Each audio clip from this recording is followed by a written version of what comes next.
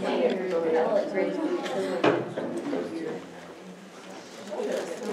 right, so this morning we have Brent Davis, he's a PA with Team Health Services, and he's going to do both psych and ENT emergencies. There you go. All right. Thanks for the introduction. So I work at St. Anthony's ER. Can you guys see the picture up there? The beautiful, shiny new ER there. Anyway, Thank you. so we're going to talk about a couple lectures here. Pretty informal, except for people who are late. That's just me, right? You need some help? You okay? All right. So I've been there since 2011. It's gone through a lot of changes since then. We kind of started as us PAs and NPs. We started in this little fast track that was down the hall, around the corner, and forgotten about. And so we've kind of moved from there to the big stage, big show. I got called up, so now we pretty much kind of work with the docs. We're in the doc box in our brand new ER, so more separation and those kind of things, which is kind of the way things are going. So anyway, we're going to talk about some psych stuff, which St. Anthony's proudly or unproudly seems to be the psych capital of Oklahoma City. For whatever reason, we like to think it's because we're good at what we do, but we get people from all over that come to our emergency room. We'll see police officers and EMS drive by 4 or 5 hospitals to bring them to St. Anthony's for our excellent care. But every emergency serves a population that has some mental health issues. And so, is anybody interested in working in emergency medicine? Yeah, okay, few, good, all right. And what about urgent care? So, maybe if you had to. That's everybody's backup plan, right? Urgent care, everybody can find a job in urgent care. Okay, it's true. So, I do part-time at urgent care, it's cool, all right. So we'll talk about some of the ENT stuff in a little bit, and that'll be really helpful for those kind of things, and family practice a little bit too for some things that to look out for. So, anyway. So we're going to get started here. So we're going to talk about the psychiatric patient, and in the emergency department, we're not going to go through a whole bunch of DSM-10, whatever they're on, 5, or DSM-5, whatever they're on. So, accesses or anything like that. We're not going to do that stuff. We're going to talk about how to deal with the actual patient. Okay, what to do in an emergency department setting, and kind of help manage the patient and keep you and yourself and your staff safe. Okay. Any questions so far? I wouldn't think so. Good. All right. Does this screen come on at all, or is this? Did it not go on? Did not. Yeah. So. But I may not have pushed the.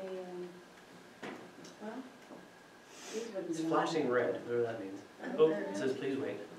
We'll wait. It's cold. No channels found. Hold on. I've never seen that before. Saying no signal? Yeah, no signal. I've not had good luck with tech this week, so this is probably my best.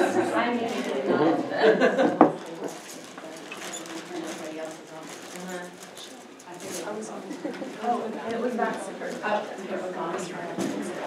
Feeling this letter.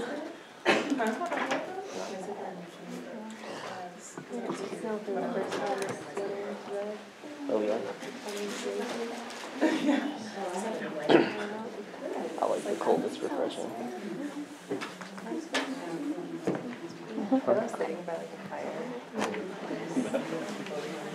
left my window open. It was pretty cold in my room outside. Oh, pound and can feel it. There's no, It's okay on there.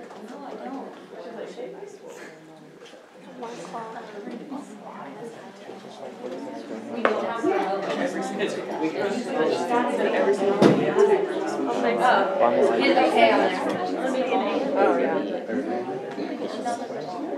yeah. Hey!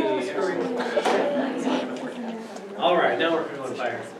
Okay, so these are just the first few slides. They're not in your group, but just some chief complaints or some notes, just to kind of get you warmed up to the types of patients that we're kind of seeing here. So some of my all-time favorites here. So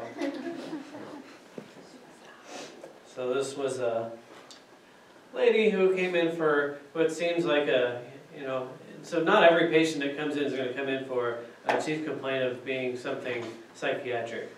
So that may be something that seems like a regular visit or some kind of emergency, but then it quickly turns out that maybe this is more of a hallucination or delusion or paranoia or something. So, so not every patient is going to be classified as psychiatric, but they are. So this is my all-time favorite. So what I love most about this is that the triage nurse actually put the chief complaint as an animal bite scratch. As if an Ewok is an actual animal. So that's what I really like about it. So, of course, then you can see patient appears in, and that's probably intoxicated, right? So this was just sad.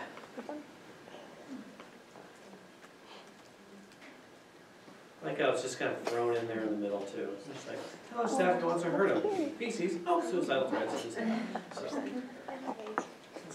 I would have loved that one. So, okay. All right, so we're going to talk about some different types of psychiatric emergency. The acutely psychotic patient, suicidal ideation or attempt of suicide, the manic patient, anxiety, panic attacks, my favorite. Then we drug abuse, dependence, withdrawal, and a little bit of child psych. So, and unfortunately, we see a lot of child psych at Saints. So we have the largest child psychiatric unit in the state. And even though it's always full, we still see lots of aggressive behavior, suicidal ideation from children, and anxiety, lots of family issues, those kinds of things we have to work through. All right, so your approach to the psychiatric patient, because the main reason that you are there is to make sure that they are safe and to make sure there's no medical reason why they could be having their psychiatric emergency that day, okay? So they're not going to give you the full history sometimes, they're not going to be full of details, and they're not going to maybe present with a whole lot of past medical history, social history, these type of things, so you're going to have to kind of do your best. So this is kind of the classic example here of why you need to rule out the medical things. So this is a 73-year-old female. She's from a nursing home. She's been kind of bed-bound. She's got a few medical issues, including diabetes. Now she's hallucinating, being combative, biting people, spitting on people, that kind of stuff. And so she's never had a previous history that the nursing home knows about of mental illness. Okay. Anybody want to take a guess on what's going on with this patient? Dehydration. Could be. UTI? UTI, yeah. Uroseptic. So, yeah. Very, I don't know. It's crazy.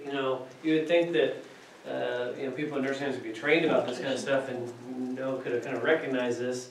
Some do, but it's every day, 2 or 3 times a day. You get patients.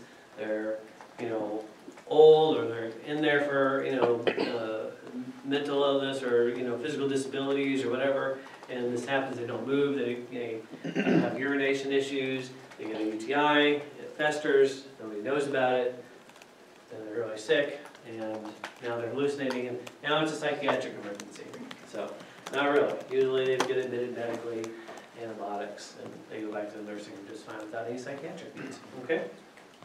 So this is kind of the workup for a psychiatric patient who you're thinking you're going to admit to a psychiatric facility, okay? Now I should caveat that not every psychiatric patient that comes in the emergency room gets admitted or transferred to a psychiatric facility, okay? If we did that, well, we would never be able to do that. There's just not enough beds. In this state, in any state, anywhere across the country. So it's kind of a sad deal, but you know, we screen out a lot of people. We're able to try and get them resources to go follow up.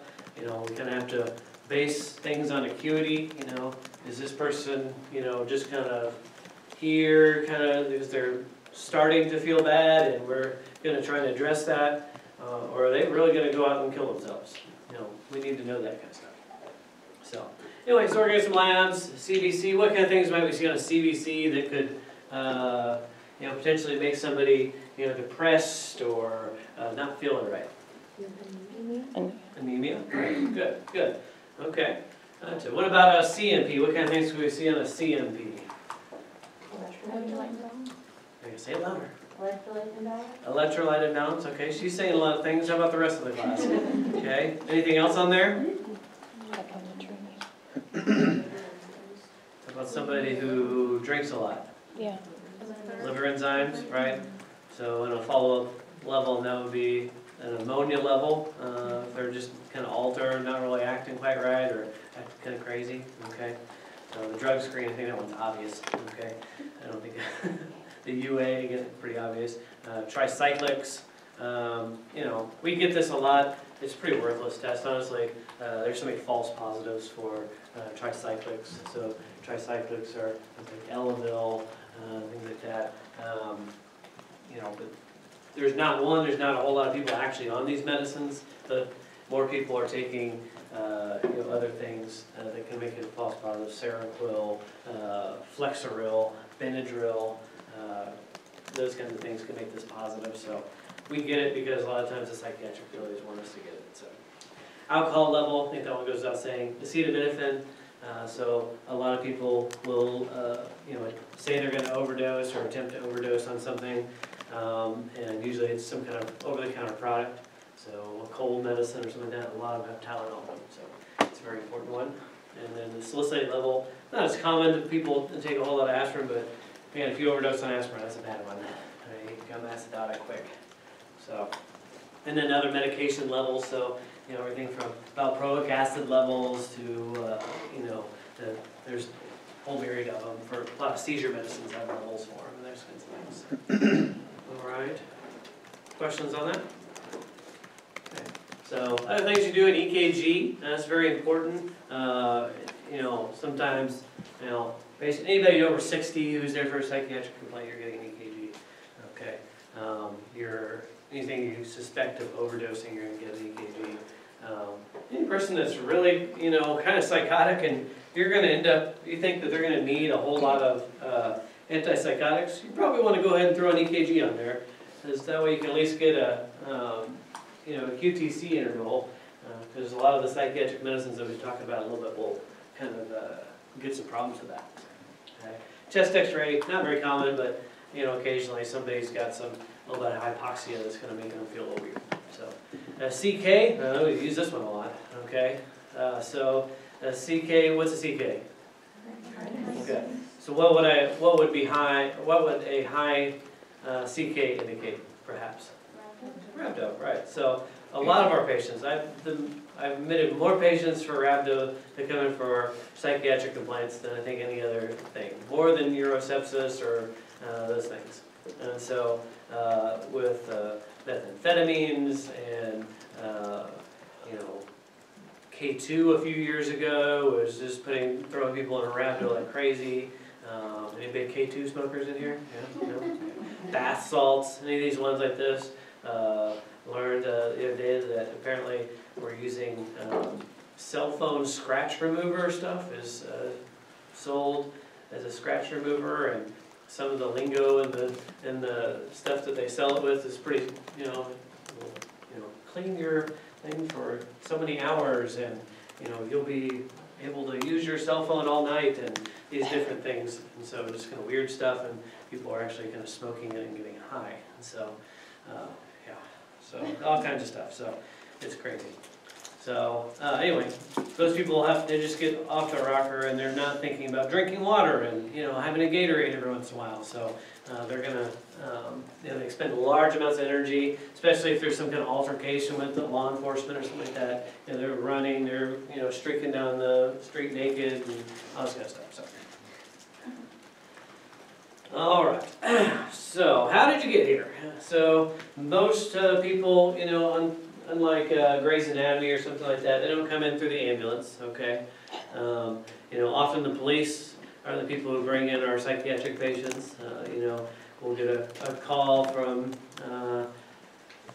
somebody who sees somebody walking down the street acting funny. We get those a lot. The patients themselves will call 911 from, saying, yep, I'm suicidal now. Come and get me and bring me to Saints. So, literally, yeah. So, and then family will bring in a lot of people, especially the younger kids and that kind of stuff. So, and I should mention too, with our psychiatric stuff for kiddos, we get a lot of families bringing kids in for just mainly an acuity kind of rule out. So, they get into some kind of problem at school, or they make some kind of statement, well, you're just mad at me, I'm gonna kill myself, and they just make some blanket statement, they're not already in the counseling and and it's just some kind of teenage phase. They get to come and spend a few hours with us and talk to 5 or 6 people and express that they're not suicidal, and then we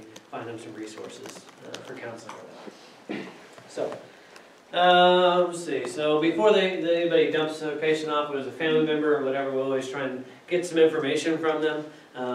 We've had some friends just drop off a patient at the front and try and run out and go out like, hey, what's going on with your buddy you just dropped off, And a lot of them are like, oh, I don't know anything about him, man, he just jumped in the car, Okay, but look, dude, you're not in trouble, we just need to know so we can help this guy, And so, and sometimes we'll have them fill out a third-party statement, okay? Have you guys done any of those or documentation?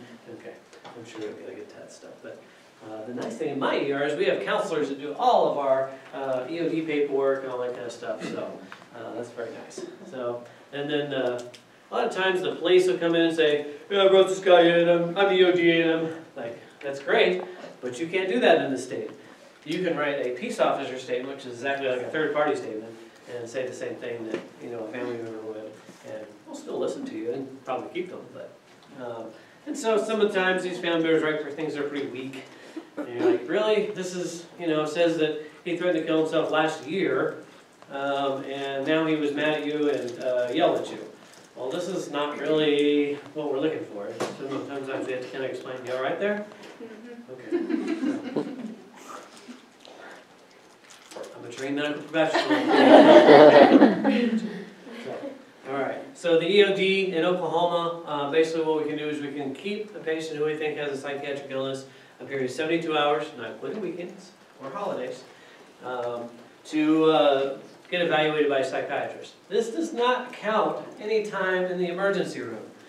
So, especially during the winter months, we will have routinely people in our emergency room for 40 to 50 hours before they get placed at a mental health facility. So, if you're looking to become suicidal, the winter's not the time to do it, okay? Lots of beds are taken up.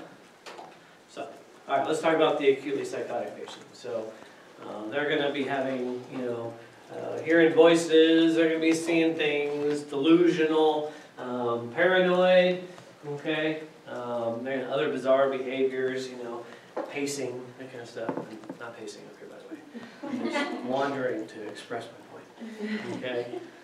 Now, let's not be fooled that everybody has hallucinations or isn't quite right in their mind or oriented, that they're psychotic. It could be withdrawing from drugs or alcohol, some medical problem like we kind of talked about, all right? And it's not illegal to be psychotic. It's not illegal to walk down the street and talk to yourself.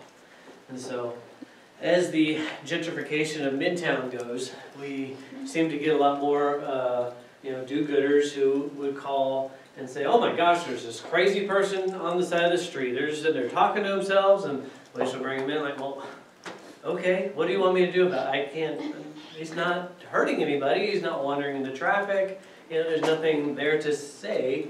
He does probably need some help, he probably needs to take some medicines or get into somewhere, but he doesn't want to. I mean, a lot of psychotic people or people with schizophrenia, bipolar disorder, they like to feel up here, right?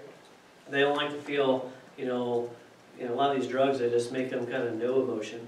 And so that's not really a fun part of life, right? We like to be happy, we like, you know, not as much sad, but you know, you like the ups and downs, and so a lot of people don't like to take their medicine. So that's why they come to see us. So, kind of switch gears slightly to kind of go in a little more in depth into the acutely psychotic or agitated patient. So this is kind of a merger of two lectures. I give this lecture to actual PAs and NPs who work in emergency medicine as well. And so it's basically kind of how to keep yourself safe. And so when you're on rotations or anything like that, or you decide to work in emergency medicine, these are some things that can kind of help you out a little bit. So there's just some objectives. We'll kind of go through them here. So, okay. So the acutely psychotic patient, all right, or agitated, okay. I like to think about using a term I call the tactical patient evaluation. So this doesn't mean you need a SWAT team or anything like that. It just means that you need to be kind of thinking kind of tactically about your situation and about the patient themselves to try and keep you and your staff safe. Okay. So first thing, you just gotta look at your person.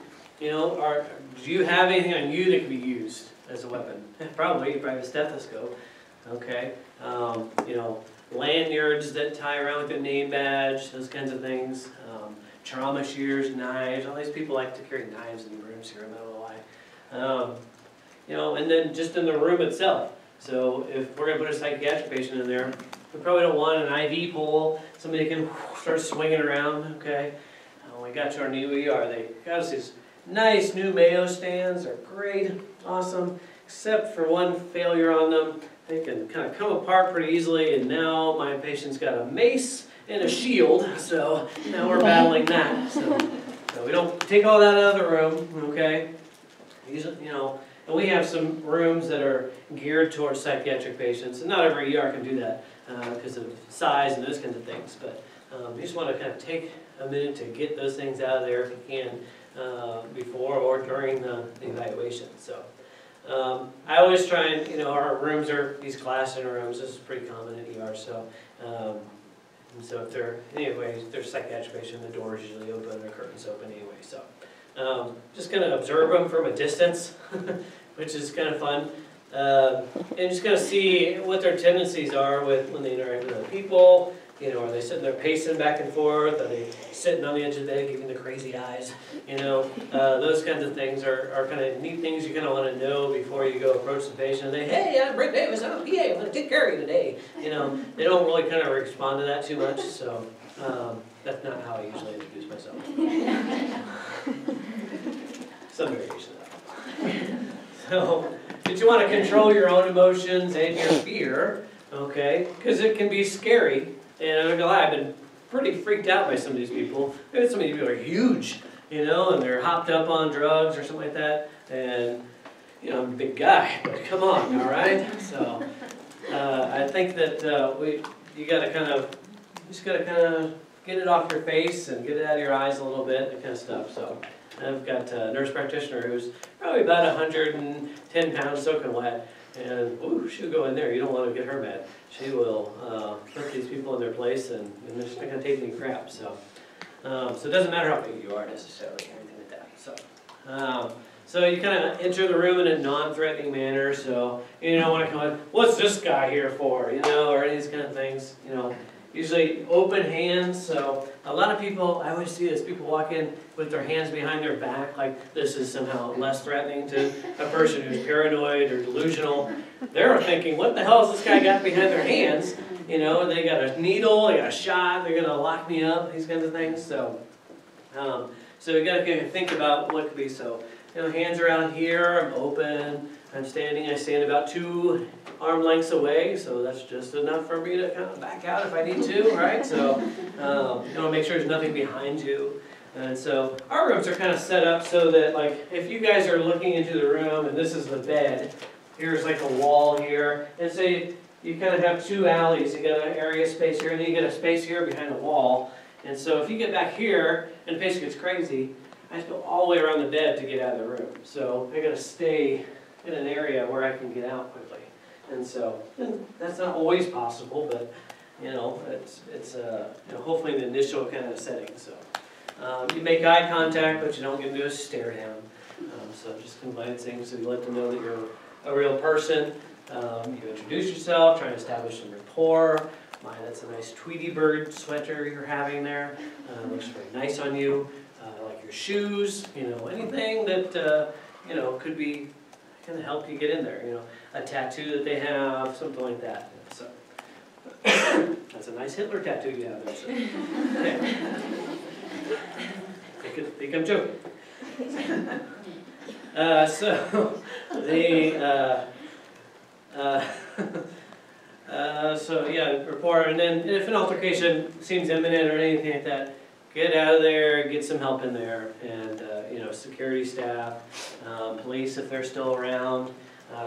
Usually we like to try and get you know, everybody kind of calmed and figure out what the next step is before we have the police leave. It's not always possible. Sometimes they just they've got to go. I know they're busy people too. So, anybody used to be a police officer? Okay, I'm not gonna offend anybody if I. EMS people? EMS people? Not sure. Okay, no, I'll probably make money. So, all right. So what we want to do is de-escalate the person. Okay. So we want to get the situation under control so that nobody gets hurt. So again, the 2-space, 2-arm length interval as much as possible. Visible hands, body language. You want to establish some verbal contact. And sometimes this is not you. We like it to be us because we all want to be in charge, right? And so, but sometimes, like we have mental health techs that can help take care of our psychiatric patients. And they may already establish rapport with the patient. And sometimes I'll just kind of, it's like a translator almost. Like, so has he been, you know, telling you anything? And he'll kind of explain the situation, and you know, mental health is really good. Is that you know, that fair for you? Does that sound like what we talked about? And so if they've already established rapport, sometimes that's fine. Just go through that person. Doesn't matter. And so as you introduce yourself, you kind of let them know what your role is. So, and for us, the simple thing is, you know, you're going to, hey, I'm Brent, I'm a PA, and be taking care of you today. Do you have any medical complaints, you know, those kinds of things. You know, are you the doctor? Yes, sir, I'm the doctor. Okay. You're not going to have a time to, well, PAs are really kind of an independent, you know, well, no, they're not going to, you don't have time for that, so. Yeah, okay.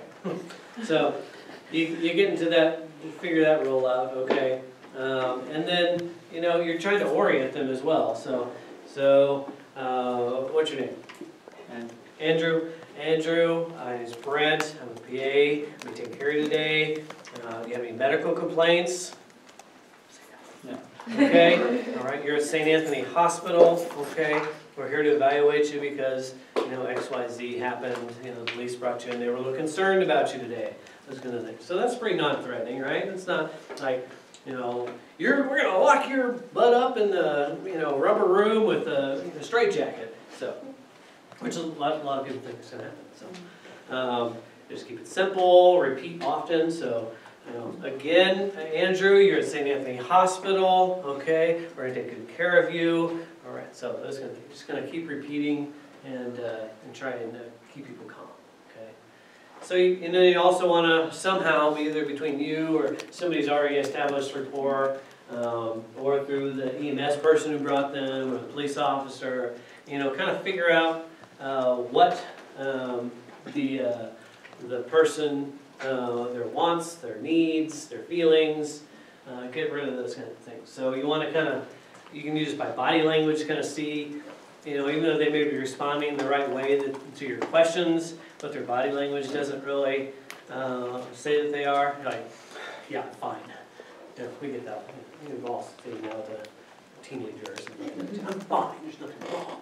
You know, obviously, there's something wrong, right? So So using those kind of things to kind of help you figure out what it is. You know, sometimes it's not that they want some kind of psychiatric help or they feel like they need any psychiatric help, but you know, there are some things going on that maybe maybe it's their living status or lack of living status, so they're homeless or something like that. So you know, we get a lot of that. I'm sure you can imagine that the psychiatric patient, you know, a homeless person can become pretty hopeless, and especially if it's cold outside, and you don't have a place to stay, somebody stole your tent, you know, whatever is going on, and, you know, they kind of know, hey, if I just go in and say I'm suicidal, at least for 72 hours, I'll probably have a place to stay and 3 hots and a cot, so, okay? Questions on that part yet? So a little bit more de-escalation, okay? So you can actively listen to your patients, so instead of interrupting them, you know, kind of let them ramble a little bit.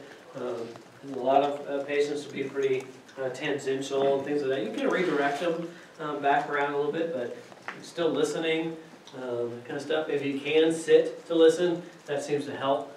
Okay, kind of an open approach, leaning forward a little bit, nodding your head, saying, oh, okay, all right. Even though you're like, that doesn't make any sense. Okay.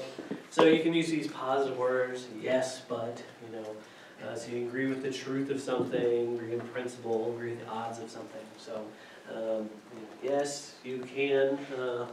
Yes, we are keeping you against your will, but, you know. So you want to use these positive words. So if they, you know, want something, you can kind of use these things to kind of redirect.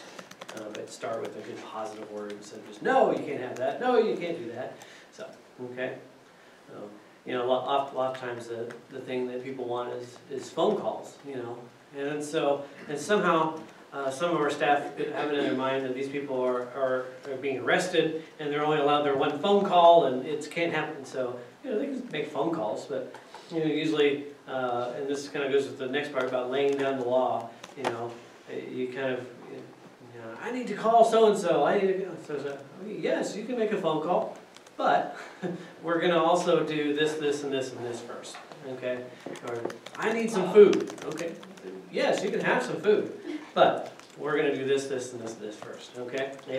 And so you got to set kind of some parameters, and sometimes your nurses have already done this, your mental health techs have already done this, your security staff have already done this, but sometimes we got to do it. And so, you know, you got to kind of set, you know, Andrew, again, you're here at St. Anthony Hospital. You know, they were concerned about some of your erratic behavior out on the street. They're concerned you're going to walk into traffic. So, and you get really agitated when the police approached you. Now, we don't want to have any of that here, okay? So, what we need you to do is we need you to kind of stay calm, and we will get you the food that you had wanted before and let you make that phone call to your mom.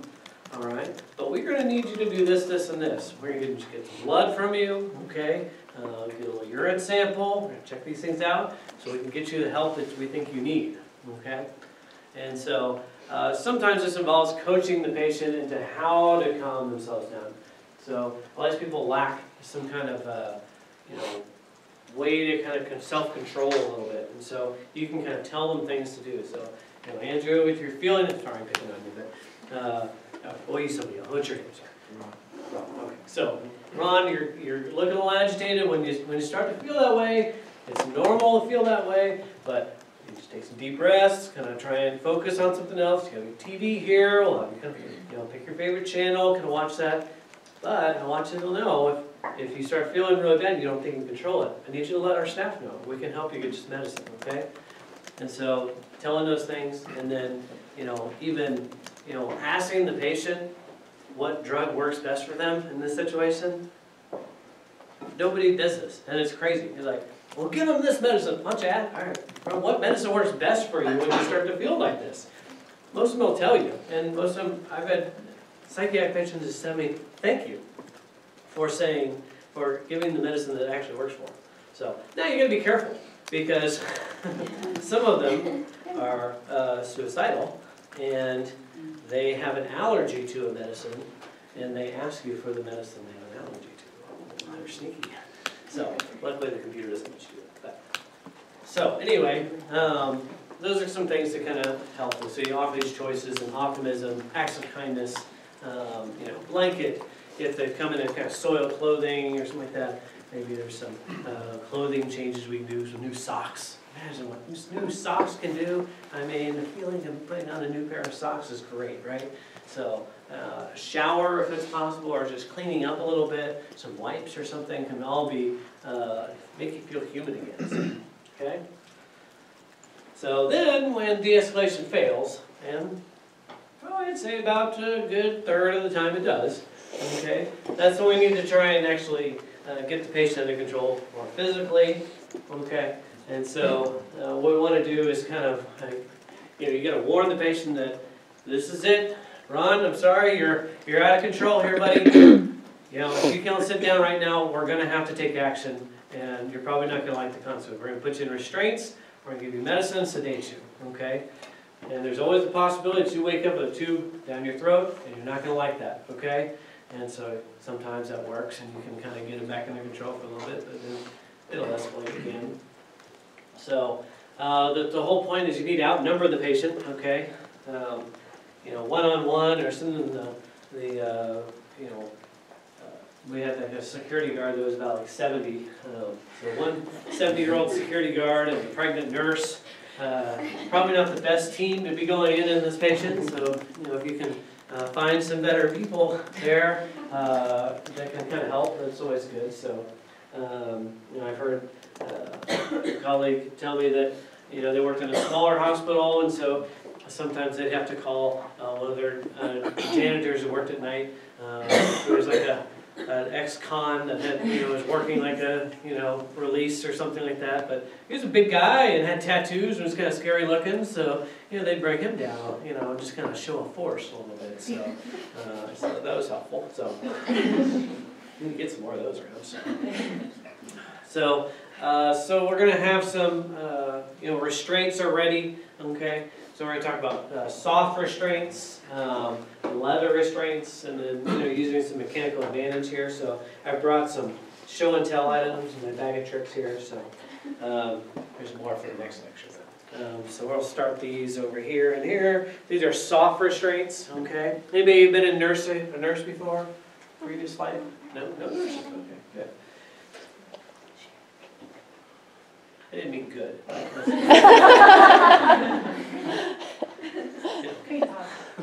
So soft restraints, there's not a lot to those, right? And we've had some people rip through those things. But they kind of wrap around the wrists, the ankles, okay? And then they get tied to the bed, okay? And then leather restraints, there'll be a picture of them here in just a minute. But once you get them in this stuff, sometimes they can still flail around a lot and stuff. Somebody's really big and actually flip the bed over. And so you kind of want to use these, the advantage of the bed, so you can put the bed in reverse from Dellenberg. So feet up, head back, and it's a little bit harder. You can actually bend the bed a little bit. It's really hard for the patients to get around and move. So and then you're not just going to put somebody in physical restraints. You're actually going to get them some chemical sedation so that you can get them out of restraints, because most psychiatric facilities don't want their patients in restraints when they arrive. In fact, they won't take them. And most of them, they'll want them to be out for about 90 minutes or more to prove that they're reliable, I guess. So. Then once you have given them some medicine, have them restrained, you need to monitor their vital signs, check on them often, and then as soon as they're not needed anymore, take them off, okay? And then once the patient's back awake again, you kind of want to debrief the patient. So Ron, I'm glad to see you're a little more calm now. So when you got really agitated, we had to, put you in this bed and tie you down and give you all this medicine. So we don't want to do that again, okay?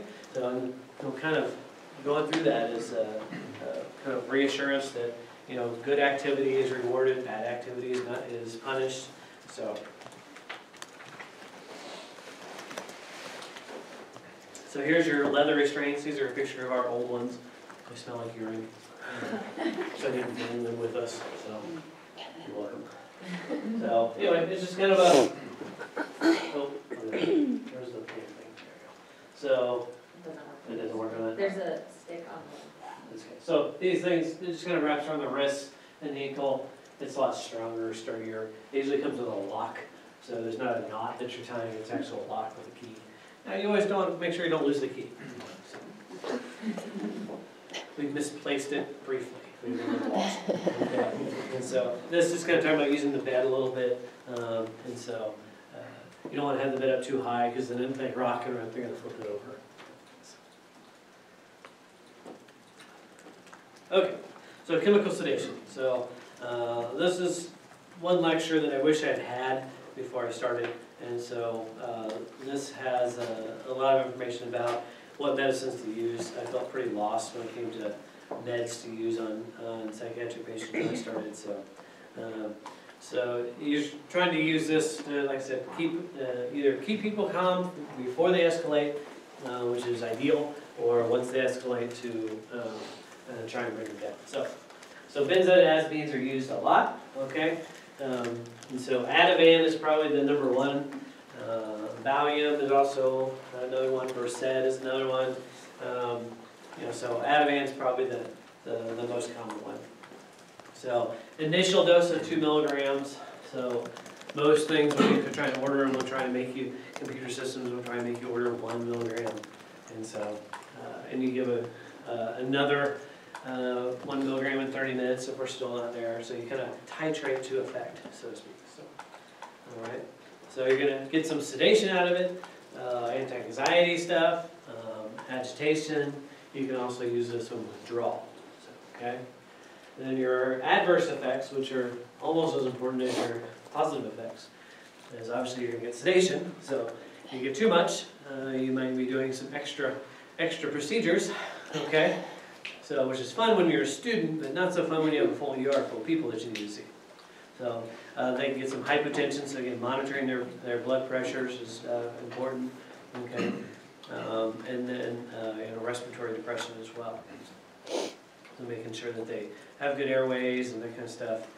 Whether that's if they have some sleep apnea or something, put a little oxygen on them, or nasal tubing if they're getting too sedated or something. So, okay.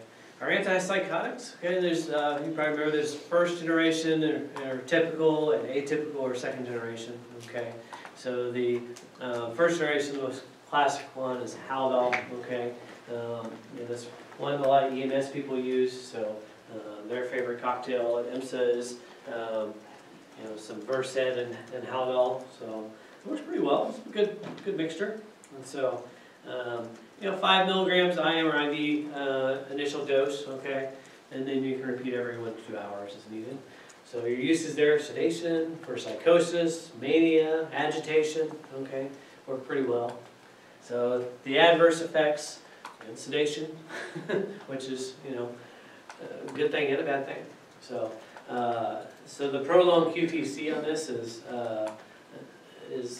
something to kind of look at a little bit. All right. So if you have somebody that already has a prolonged QTC, maybe using things that are antipsychotics are going to be fine initially, but there are going to be things that maybe using large doses or repeated doses is going to be hard to do. So there's nothing wrong with mixing, some antipsychotics with some benzos or something else. Okay, so. Then your other things, extrapyramidal symptoms, so tardive dyskinesia, the lip smacking, tremors, and those kinds of things. So, and then neuroleptic malignant syndrome. That's a mouthful. Anybody know what that is?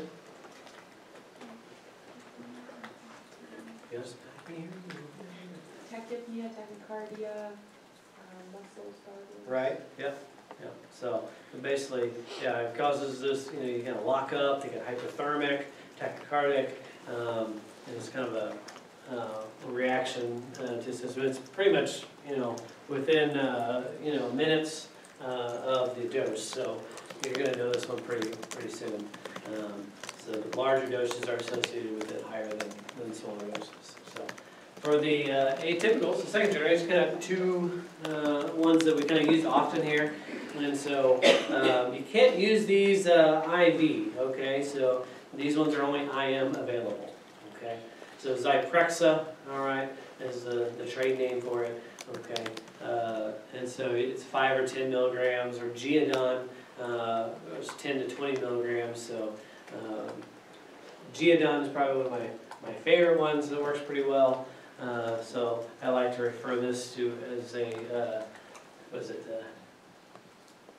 NSP drug. So anybody know what NSP stands for? Next shift problem. So my fun Geodon story is, so this is a few weeks ago. So this guy's brought in by police. He's got, our EMS I think brought him in, but police came with him. But he is like cut up from head to toe, little everywhere, and I mean everywhere. Like razor or a piece of glass or whatever. He's just got little abrasions all over the place. And so he's just making like this loud, like Wookiee sound, like this loud sound, like at the top of his lungs the whole time he's in there.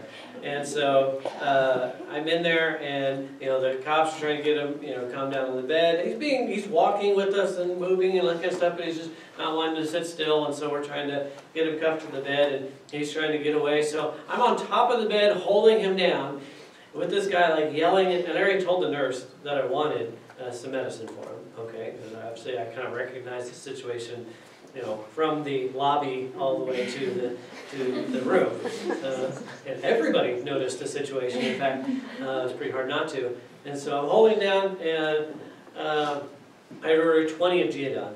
And so the nurse says, "Are you sure you want 20? I'm just like, this is ridiculous. I'm like, yes, I want 20. This is ridiculous situation. This guy's yelling in my face. It was kind of funny. So, and then one of your students, Annie Cloud, in their class, got to do a lot of suturing that day. So anyway, back to what we were actually talking about. So the extraparental effects are a little bit less in these antipsychotics, but they're still possible. So neuroleptic syndrome is a little bit less, but it's still there's still a possibility there. So the Zyprexa has less effect on the QTC interval, so this is probably the better choice for one, somebody who's got a little bit longer prolonged QT, those kinds of things. All right. Geodon, however, is actually a little bit worse for that. So if you suspect that at all, or going to give large, multiple doses of it, you might want to pick, kind of change it up a little bit in between the different medicines. Questions about that? We got some special populations, our elderly people, okay? You would think that a little old lady or a little old man is easy to control without having to do that. You've never met a crazy little old lady. So they're feisty, they're quick. They're not quick, okay, but they're feisty, okay? And so you're going to use some lower doses to start with these things, usually Ativans and Prexahalol. Want to avoid the Geodon, like I said. They have more risk for having some type of QT abnormality there, okay? People with seizures, okay? So you have a lower threshold on the antipsychotics, so you probably want to start off with lower doses.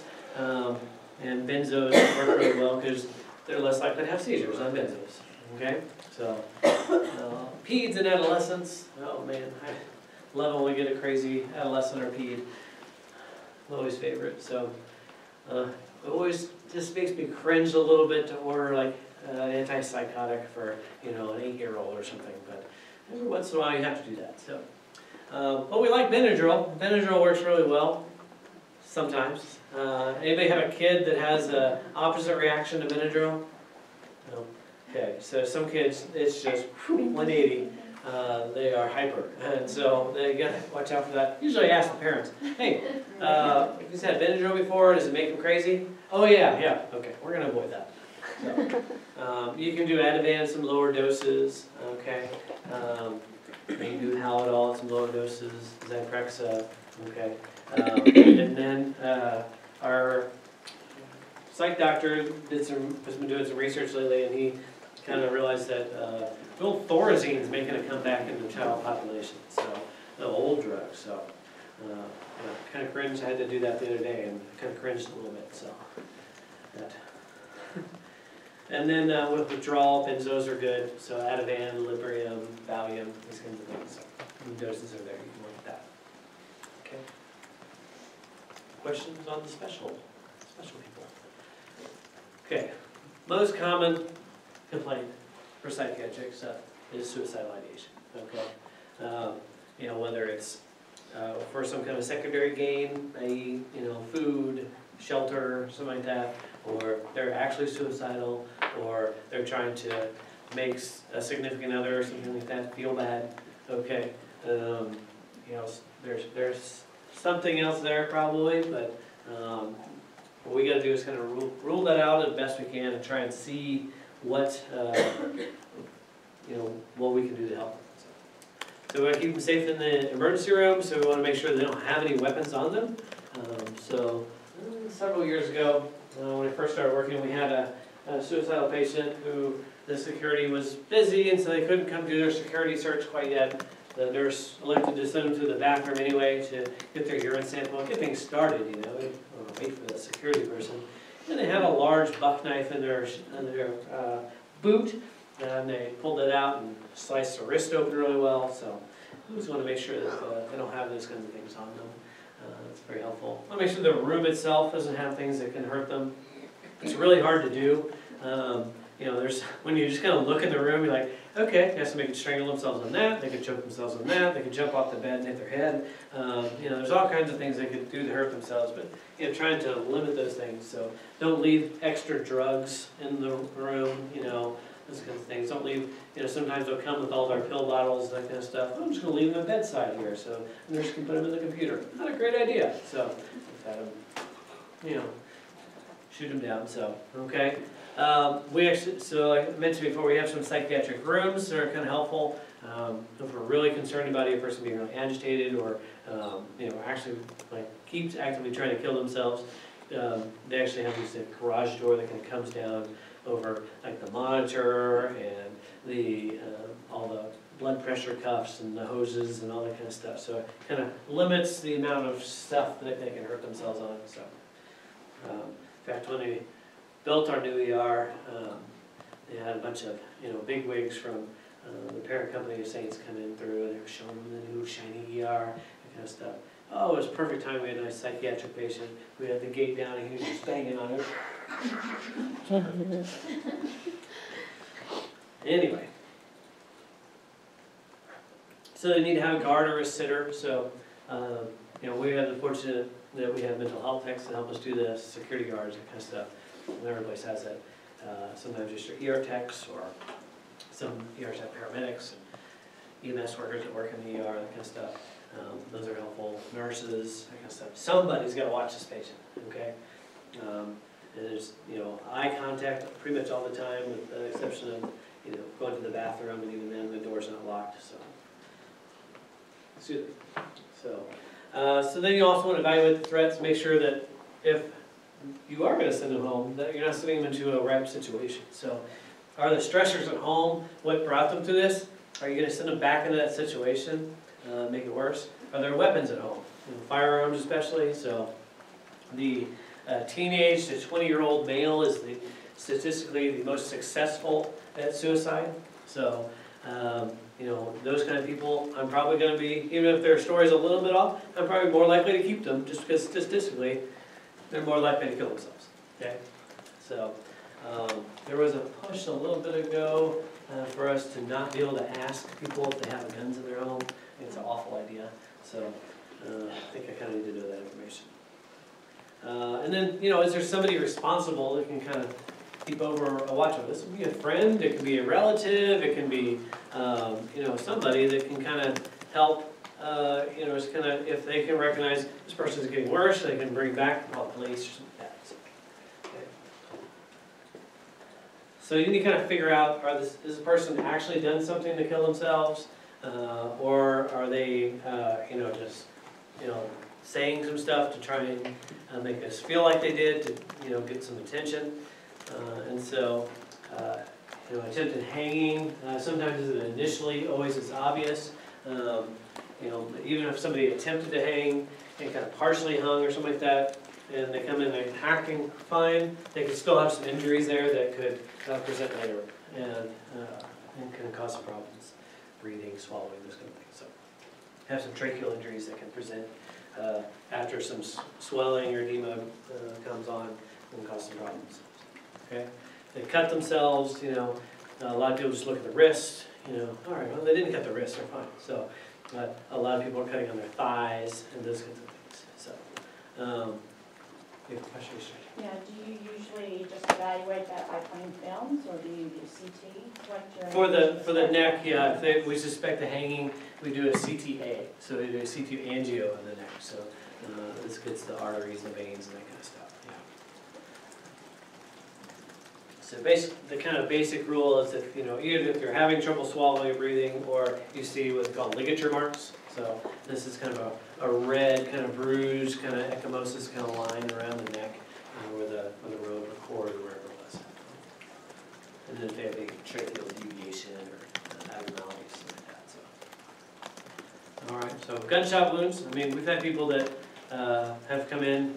We don't see as many, gunshot wounds as like OU does or something like that, but we've got people that have shot themselves and they have some blood on them, that kind of stuff, but it could use sometimes a small caliber weapon. There's not a whole lot of entry and exit stuff. It's just a little bullet, and so sometimes you have to go kind of looking for it because they may not tell you. So overdose. These are kind of the ones where you kind of have to worry because it's pretty easy for me to say, I took a whole bottle of Benadryl 30 minutes ago. Well, 30 minutes ago, you're not going to have a whole lot of effects yet. And so we kind of worry about that a little bit. So, other people aren't too great liars either. So, yeah, I took, all 60 of my trazodone 3 hours ago. And you're still awake. Great. So you've either become really accustomed to this medicine, or maybe you're not telling us quite the truth. So, but don't always assume that they're lying about it. Go through your due diligence and work them up a little bit. So. And then, people are out and they want to say they're going to jump into traffic or jump off a bridge. It's very common. They want to jump off a bridge. Most of the time that means like an overpass or something like that around here. But, and then the males are kind of statistically. Okay, overdose. So like I say, sometimes they'll tell you what they took. Sometimes you have to play Sherlock and figure it out, or House, or whatever your reference is these days. So, nobody. Barely anybody pumps stomachs anymore. It's old school stuff. You're going to aspirate the patient. Okay. I think one thing we saw that said like 67% of patients had their stomach pumped in this group that they studied had some sort of aspiration. So that's pretty high risk. So we don't do that.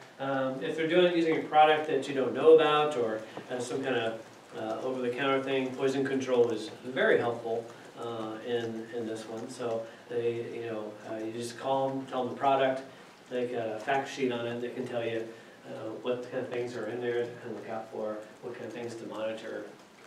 And most of them they'll tell you they need to be observed for this many hours, with a repeat, BNP or some creatinine or BUN in 3 hours or something like that. So, okay.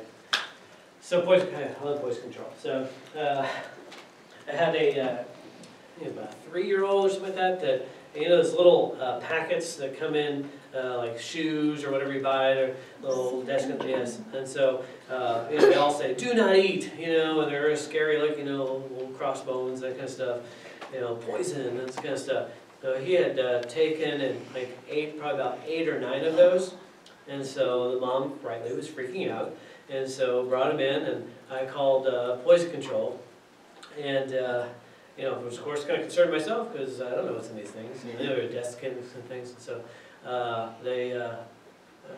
what do you think they told me? What the most common thing was going to happen to this kid was? Vomit. Well, who said something over here? I said vomit. Vomit. Okay, good one. Dehydration. Kind of along the lines. Yeah, dry mouth.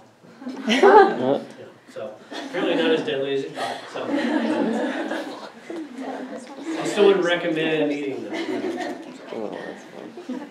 Anyway, so insulin overdose, if you get somebody that has an insulin overdose, this is bad news.